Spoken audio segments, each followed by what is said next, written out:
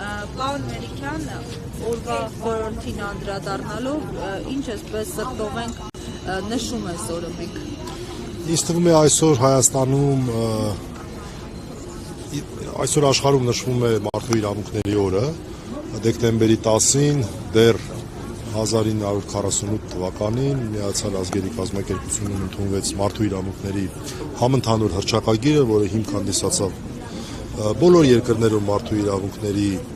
երաշխավորման համակարգեր ստեղծելու համար, բայց եթե աշխարհի բոլոր երկրներում այսօր մարդու իրավունքների օրն է, ապա Հայաստանում կարծում եմ այսօր կարելի է նշել կեղծավորության օրը, որովհետև մենք տեսնում ենք ամիսներ առաջ չէ, օրեր առաջ, նույնիսկ ժամեր առաջ մարդու իրավունքների ծանրագույն խախտումներ մի կողմից օրինակ ընդդիմադրի նկատմամբ գազանաբարո հարձակում, որը արդեն 48 ժամ է անցել չի բացահայտվել, քաղբանտարկյալներ, ակնհայտ քաղբանտարկյալներ խոսքի համար, դիրքորոշում հայտնելու համար, ամիսներ շարունակ հայ առաքելական եկեղեցու նկատմամբ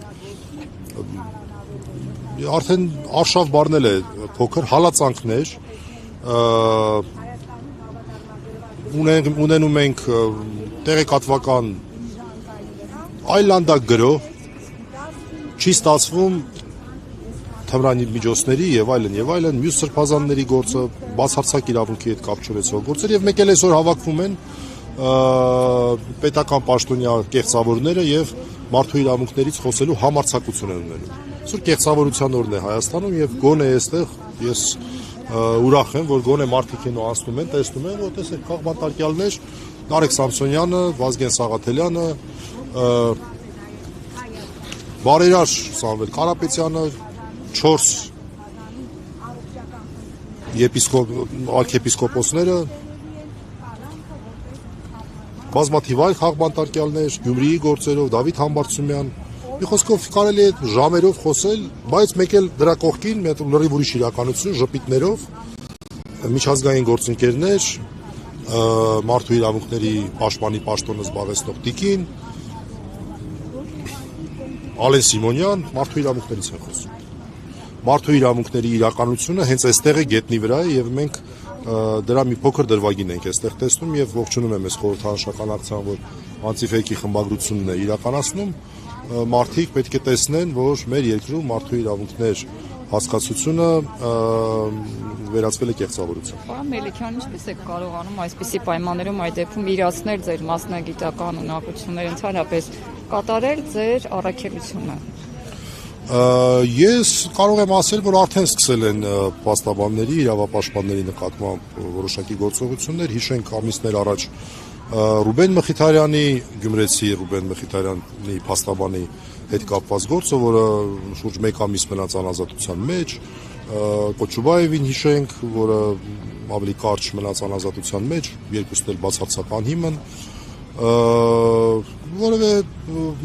երաշխիք որևէ մեկը մեր երկրում չունի, որ ընդդիմադիր գործունեություն է իրականացնում, որ դրա նկատմամբ չի լինի հարձակում, դրա նկատմամբ չի լինի քրեական հետապնդում, բայց ես համարում եմ, որ սա յուրաքանչյուրիս անձնական ընտրության հարցն է։ Ես նոր տեսա, որ այստեղ հիշեցին գործընկերները ուսահոգի Արմեն Գրիգորյանին։ Ես Արմեն Գրիգորյանի հետ զրույցներն եմ հիշում, օրինակ, երբ որ ես հարցնում եմ, ասում եմ, ինչ որ հարցեր է տալի, նա ասում է, սա պատվի հարց է մեզ համար, պատվի հարց է։ Եվ ես կարծում եմ, որ բոլոր այդ մարդիկ, ովքեր որ սա համարում են պատվի հարց, այլ ոչ թե ինչ որ բարիքներ ձեռք բերելու հարց, այդ մարդիկ ունակ են Հայաստանի այսօրվա վիճակի հետ կապված իրենց համարձակությունը դրսևորել, խոսել եւ շատ են այդ մարդիկ եւ քիչ չեն այդ մարդիկ։ Ես համարում եմ, որ իշխանությունների այս ջղաձգումները նաեւ պայմանավորված են օրեցօր նրանց այն գիտակցմամբ, որ մարդիկ դադարել են նրանց գնալով դադարում են նրանց հավատալ։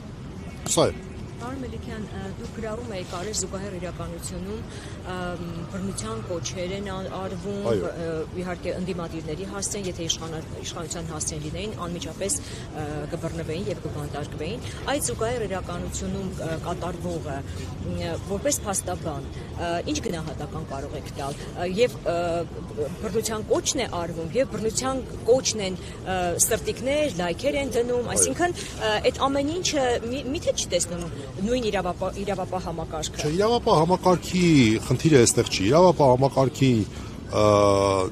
մենք չպետք է ակնկալենք ավելին, քան նրանք ունակ են իրականացնել։ Այս խնդիրը քաղաքական է։ Օրինակ, կոնկրետ ձեր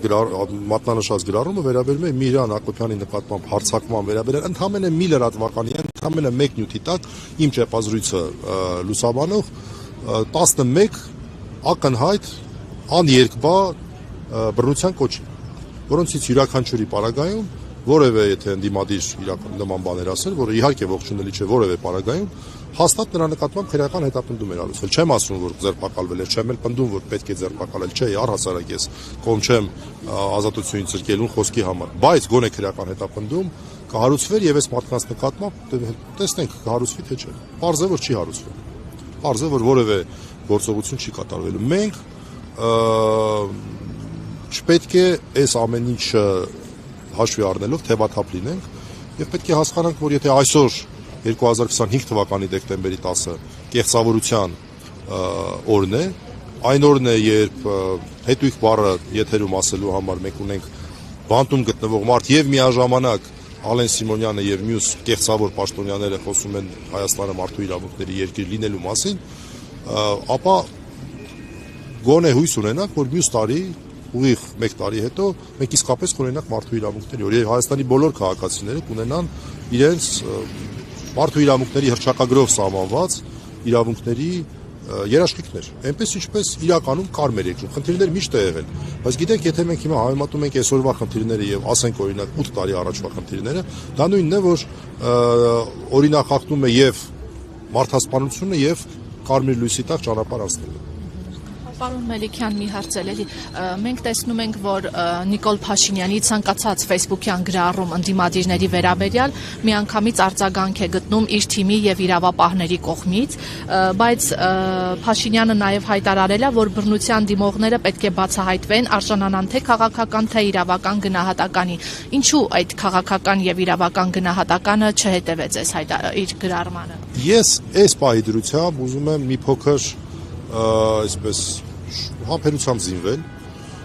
խոսքը վերաբերում էր բնականաբար Միհրան Հակոբյանի նկատմամբ հարձակմանը, որտեղ ես հրապարակավ հայտարարել եմ, հիմա էլ եմ ասում, իրավապահները, որոնց որ հանձնարարված է այս գործը, խումբ է ձևավորվել, աշխատում են։ Հենց հիմա էլ ես գալիս եմ մի քննչական գործողությունից, որ Միհրան Հակոբյանի հետ իրականացնում են։ Թող իրենց գործը անեն։ Թող իրենց գործը անեն։ Թող ապացուցեն, որ գոնե այս փոքր հարցում մենք սխալվեցինք, իրենք ճիշտ էին։ Բայց մենք տեսնում ենք օրինակ 3 տասնյակ քաղաքացիներ բռնության այս միջադեպի հետ կապված բռնությունը արդարացնող գրառումներ են անում, մեկնաբանություններ են թողնում եւ որևէ հայտարարություն չկա, օրինակ որ այդ մարդկանց նկատմամբ քրեական հետապնդում է սկսում։ Այսօր առավոտն եմ ես մեկ առ մեկ մեկիկ հանել եմ եւ տեղադրել եմ։ Տեսնենք։ Պարզ է ինչ է լինելու, բայց այսպես ասեմ, ես մի քիչ էլ անհույս լավատես լինելով փորձեմ շանս տալ, թող ցույց տան, որ իրենք ճիշտ են։ Հակառակ դեպքում սա կեղծավորության եւս մի դրսևորում է, հերթական դրսևորում է, չէ նոր բան չի։ Այս մարդիկ նոր չի, որ պետք է կեղծավոր դառնային։ Իսկ այսօր Հայաստանում ես համարում եմ, որ ոչ թե մարդու իրավունքների օրն է, այլ պետական կեղծավորության օրն է։ Շնորհակալություն։